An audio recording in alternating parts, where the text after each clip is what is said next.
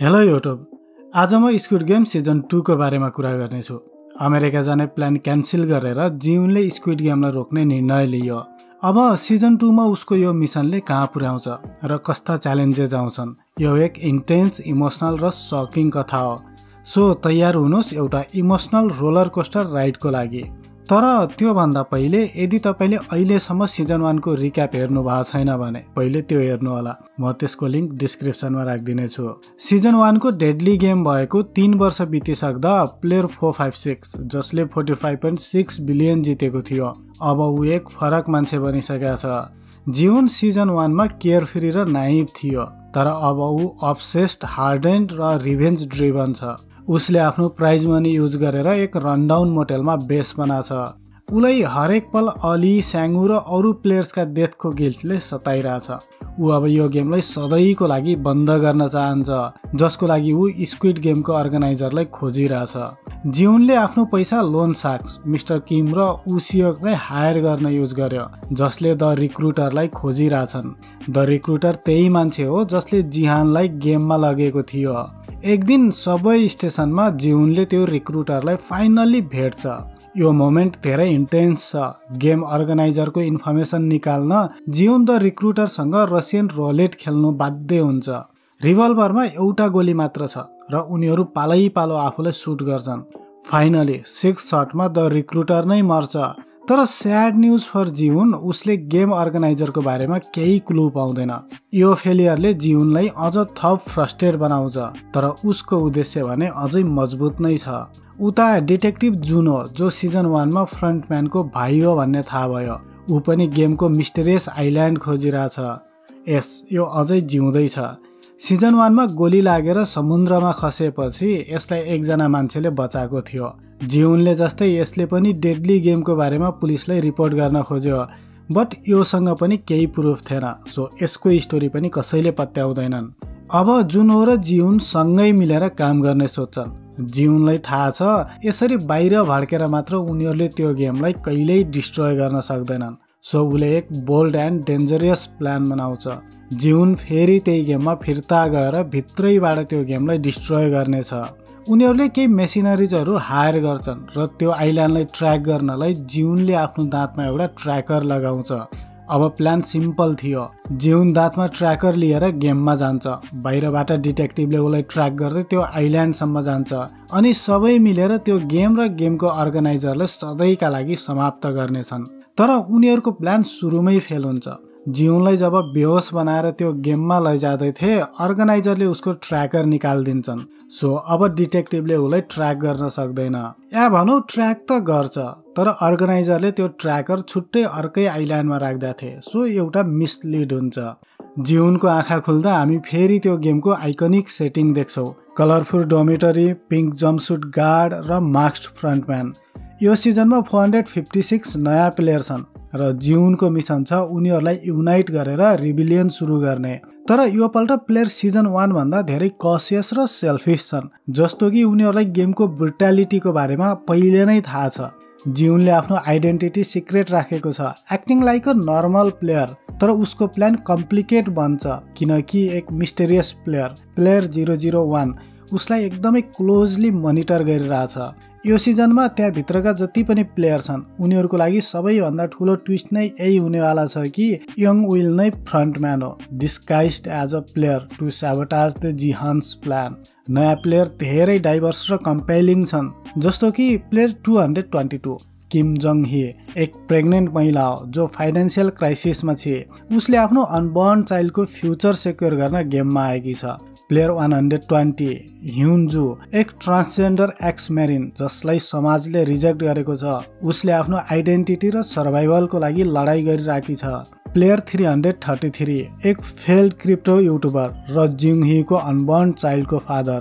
ऊ ऋणमा डुब्या छ र गेममा रिडेम्सन खोज्न आइरहेछ, तर उसको इम्पल्सिभ नेचरले गेममा अलिकति कन्फ्लिक्ट पनि ल्याउने गर्छ। प्लेयर 230 थानोस, एक फेमस ऱ्यापर जो सेल्फिस र म्यानुपुलेटिभ छ। ऊ गेममा एक मेजर एन्टागनिस्ट पनि बन्दै जान्छ। प्लेयर 149 र 007 जिङमा र डिएहो, एक मदर सन डिओ जो फाइनेन्सियल स्ट्रगलमा छन्। उनीहरूको इमोसनल बोन्डले कथालाई अलिकति डेप्थ पनि दिन खोज्छ। योपल्ट हामी साइड प्लटमा पिङ्क गार्डको कहानी पनि देख्छौँ। न्युल एक फर्मर नर्थ कोरियन सोल्डर थिए। ऊ अब गेममा पिङ्क सोल्डर बनाएको थिए। ऊ आफू त नर्थ कोरियाबाट भाग्न सफल भए, तर उसको छोरी उतै छुटे। न्युल गरिब थिए, साउथ कोरियामा बाँच्नको लागि सङ्घर्ष गरिरहेछे र ऊ पैसा कमाएर जसरी नै आफ्नो छोरीलाई भेट्न चाहन्छे। सो पैसाको लागि यो गेममा गार्ड बनाएको थिए। अब गेमको कुरा गर्नुपर्दा सिरिजको पहिलो गेम सिजन 1 को जस्तै रेड लाइट ग्रिन लाइट नै हुन्छ। जिउन जसले यो गेम पहिले नै खेलिसकेका थियो उसले अरू सबै प्लेयरलाई सम्झाउन खोज्छ यो गेममा हारको मतलब गेमबाट बाहिरिने मात्र होइन, उनीहरूको ज्यान जाने हो। तर कसैले पत्याउँदैनन्। थानोस र मियोङजीले उसको मजाक उडाइरहेका हुन्छन्, तर जब गोली चल्न सुरु हुन्छ सबै प्यानिक गर्छन् र डोर्मेन्टरीमा ब्लड बाथ सुरु हुन्छ। आफ्नो वार्निङ इग्नोर गरेको र प्लेयर्सलाई युनाइट गर्न नसकेकोमा जिउन पनि एकदमै फ्रस्ट्रेट हुन्छ। योपल्ट गेममा एउटा नयाँ रुल आएको छ। हरेक गेम पछि प्लेयरले गेम कन्टिन्यू गर्ने कि रोक्ने भनेर भोट गर्न पाउनेछन्।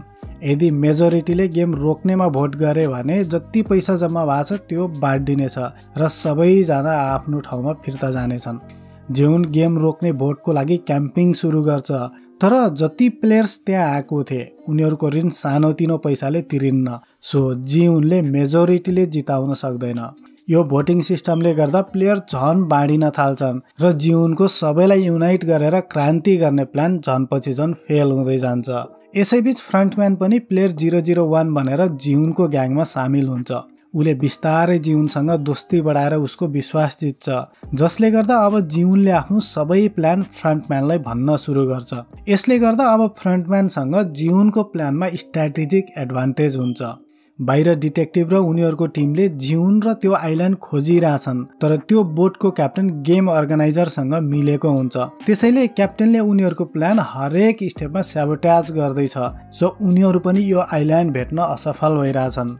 सिरिजको दोस्रो गेम हो 6 लेग्ड पेन्टागन। यो एक टिम बेस्ड च्यालेन्ज हो जहाँ प्लेयरलाई ग्रुपमा डिभाइड गरिन्छ र उनीहरूले relay race, tug of war र अब्स्ट्याकल कोर्स जस्ता च्यालेन्जहरूलाई कम्प्लिट गर्नुपर्छ। यो गेममा इच टिममा 5 जना हुनेछन् र उनीहरूको खुट्टा एक अर्कासँग बाँध्या हुनेछ। एक एक गरी उनीहरूले 5 गेम दिएको टाइममा फिनिस गर्नुपर्छ, नै भने पुरै टिम नै मारिनेछन्। जिउनको टिममा जुनही, हाइङजू, जङबे र योङइल छन्। जिउनको टिम बल्ल बल्ल यो गेमलाई पार गर्छन् र अब फेरि पालो आउँछ भोटिङको। जिउनले भोटिङ सेसनमा फेरि प्लेयरलाई गेमको विरुद्ध भोट गर्न एकजुट गर्न कोसिस गर्छ, तर थानोसको एग्रेसिभ पुस र कम प्राइज मनीको कारण फेरि धेरै प्लेयरहरूले गेमलाई कन्टिन्यू गर्नलाई भोट गर्छन्। जिउनलाई बिस्तारै आफ्नो रेबिलियन प्लानमाथि नै शङ्का आउँदै थियो, के म साँच्चै यिनीहरूलाई बचाउन सकौला? तब जुनही, ह्याङयू, योङइलले उसलाई इमोसनल सपोर्ट दिन्छन्। जिउनलाई अझै पनि बाहिरबाट त्यो डिटेक्टिभ अनि उसका ती साथीहरू उसलाई ट्र्याक गर्दै जति बेला त्यहाँ आउन सक्छन् र आएर त्यो गेमलाई रोक्छन् भन्ने आश थियो। तर यो आश पनि त्यति बेला मर्छ जब उसले थाहा पाउँछ उसको दाँतमा लगाएको ट्र्याकर पहिल्यै निकालिदिइसकेका छन्। अब डिटेक्टिभ र उसका साथीहरू उसलाई बचाउन आउने आश घुमिसक्यो। जे गर्नु छ अब उसले भित्रबाटै गर्नुपर्नेछ। फ्रन्टम्यानले यही मौकाको फाइदा उठाएर जिउनलाई उक्साउन थाल्छ। उता न्युलको साइड स्टोरी पनि चलिरहेछ। ऊ लगातार ग्युङसुकलाई अब्जर्भ गरिरहेछ, किनकि उसलाई थाहा छ ग्युङसुक यहाँ किन आथ्यो। ग्युङसुकको छोरीलाई क्यान्सर छ र त्यसको उपचार खर्च जुटाउन ग्युङसुक यहाँ आथ्यो।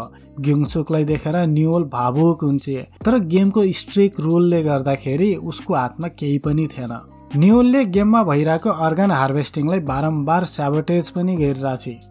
यो सिजनमा पनि अर्गन हार्भेस्टिङ भइरहेछ, तर यो पल्ट ती अर्गन हार्भेस्टिङ गर्ने जुन ग्याङ थियो उनीहरू अलि चनाखो भएछन् र आफ्नै डाक्टर ल्याछन्, किनभने पछिल्लो गेममा एज अ प्लेयर डाक्टर ल्याउँदा गडबडी भएको थियो।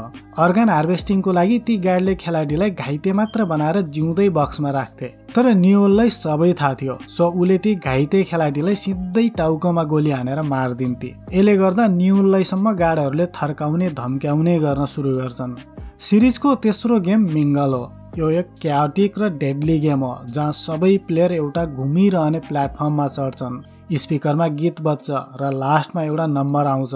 त्यो हलको वरिपरि रुमहरू छन्। सो गीतको अन्त्यमा जति नम्बर आउँछ उनीहरू त्यतिजना टिम बनाएर कुनै रुमभित्र छिरिसक्नुपर्छ।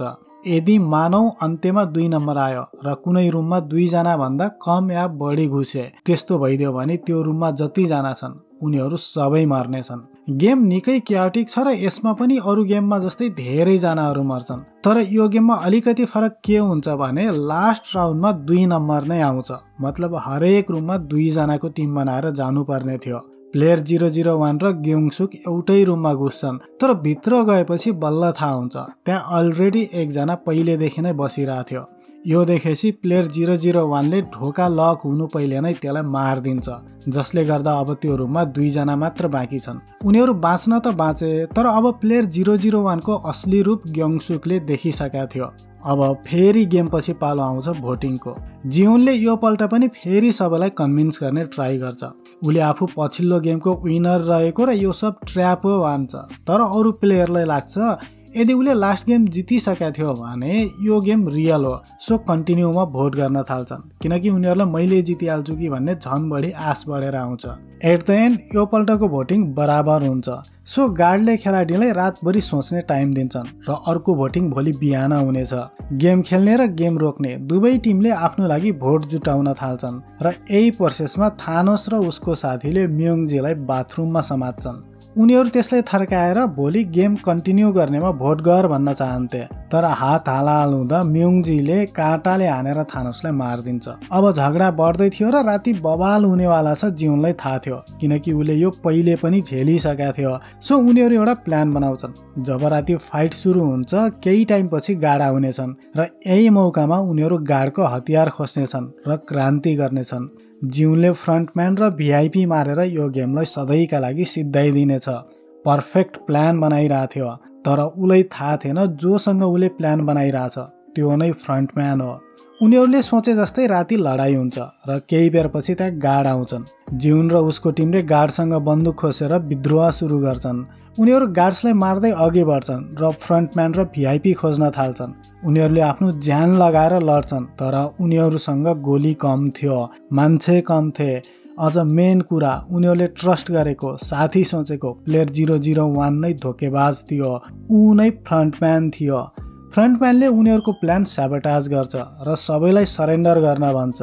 केही उपाय नलागेपछि अब हार्ने निश्चित भइसकेपछि सबैले आत्मसमर्पण गर्छन्, तर गार्डले सबैलाई मारिदिन्छन्। उता प्लेयर 001ले फोनमा आफू मरे जस्तै नाटक गर्छ र फ्रन्टम्यान बनेर जिउन कहाँ आउँछ।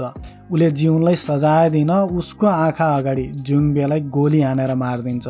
यो सिन इमोसनली ब्रुटल छ। जुङबे जिउनको चाइल्डहुड फ्रेन्ड र लोयल एलाइ थियो। उसको डेथले जिउन पुरै तरिकाले ब्रेक हुन्छ। At the end rebellion fail भयो, धेरै जसो प्लेयरहरू मरे र गेम अझै चलिरहनेछ। उता डिटेक्टिभ जुनो र उसको मेसिनरिज पनि आइल्यान्डमा पुग्न सकिरहेछन्, किनकि बोर्डको क्याप्टेन नै ती अर्गनाइजरसँग मिलाछ र हरेक स्टेपमा उले यिनीहरूको प्लानलाई स्याबोटाज गरिरहेछ। मिड क्रेडिट सिनमा हामी योङही डल र एक अर्को मिस्टेरियस केटा डल देख्छौँ। रेड लाइट ग्रिन लाइटको सिग्नल देखिन्छ र प्लेयर्सहरू गेमको लागि रेडी हुन्छन्। त्यत्तिकैमा सिरिज सकिन्छ। सिजन 2 सिजन 1 भन्दा अलि स्लो छ र त्यति खास लाग्दैन, तर यो सिजन 3 को लागि सेटअप मात्र भएको हुनाले सायद मेन धमाका अब सिजन 3 मा हुनेछ। आइनो धेरै कुरा छुट्या छ, बट म छोटकरीमा अब आउँदै गरेको सिजन 3 भन्दा पहिले मोटामोटी कहानी मात्र सम्झिने तरिकाले भन्दै थिए। इफ सिरिजको कहानी डिटेलमा एक्सपिरियन्स गर्नु छ भने आई थिंक सिरिज नै हेर्नु बेस्ट अप्सन हुनेछ। So this is it. Video मन पर्यो भने लाइक एन्ड सब्स्क्राइब गर्नु होला। Thank you for watching. Have a good time.